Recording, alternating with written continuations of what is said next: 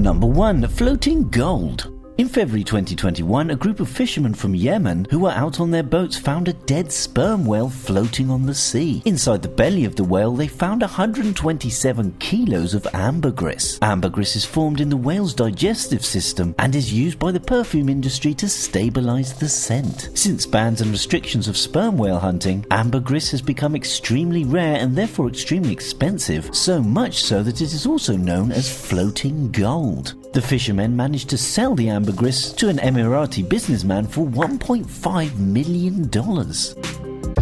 Number 2. Irish Hoard.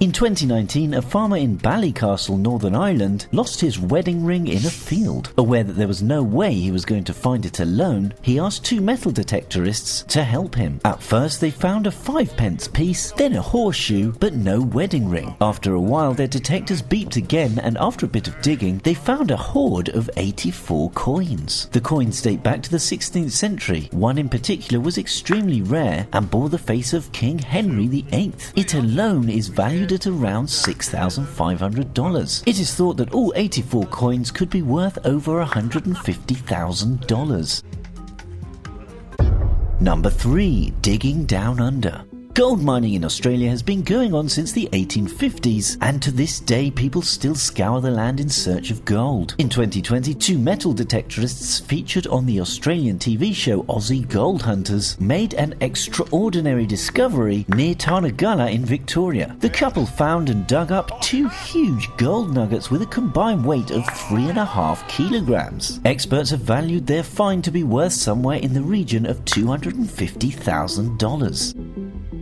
Number 4. Golden Granny. During the pandemic, a French family decided to visit their late grandmother's house in Vendôme, France. To stop the kids from getting bored, they told them to build a fort out of their grandmother's old sheets. When fetching the sheets, something heavy fell out. The kids thought nothing of it and continued to play. Later that day, the father noticed something on the floor. He unraveled the package, and inside he found 2 gold bars weighing 1 kilo each. It turns out that the grandmother had bought them years before and then completely forgot to tell the family about them, and they were sold at auction in June for $51,000 each. Number 5. Beginner's luck. In December 2020, Ollie Scheitz was in a field near the town of Jelling in Denmark, trying out his new metal detector when after a few hours the device activated and Ollie began to dig. At first he found a bent piece of metal covered in mud that looked like the lid of a tin can. However, as he continued to dig, he found more and more. In total, Ollie found 22 pieces of what turned out to be gold medallions dating back to around 500 AD. These medallions were engraved or marked with different rune and magical symbols and then sewn onto clothing for protection. The quantity and quality of these medallions suggest their owner was a very important person. Expert archaeologists have begun to excavate the site of the find and have so far uncovered the ruins of a village longhouse they believe was owned by the same high-ranking person. And now for some treasures that haven't been found yet. Number 1. Captain Kidd.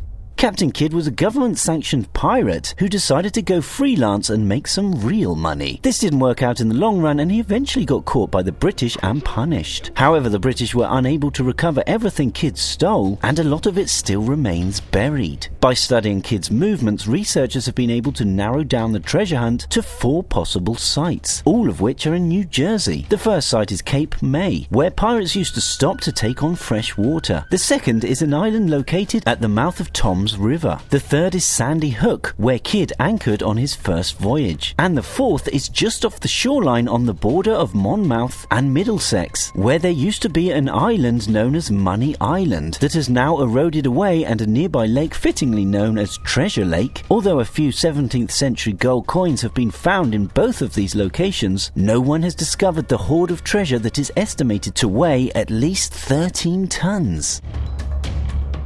Number 2. The Bel Papers.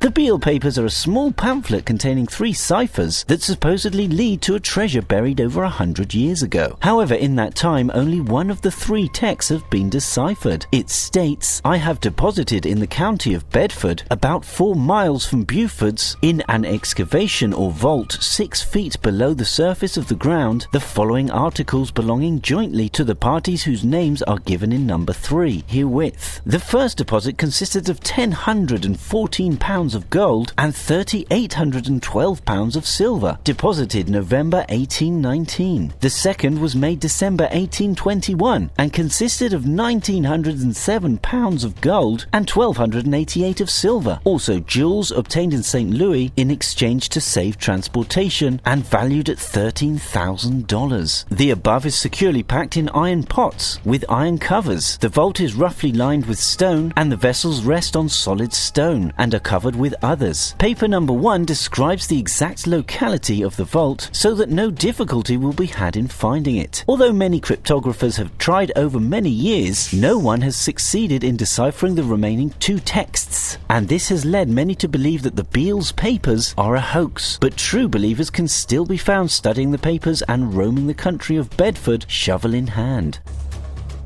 Number 3. Very important button. For years, millions of people have been seeking a very important button. This button is the key to success and prosperity. The button is inscribed with the ancient script, subscribe.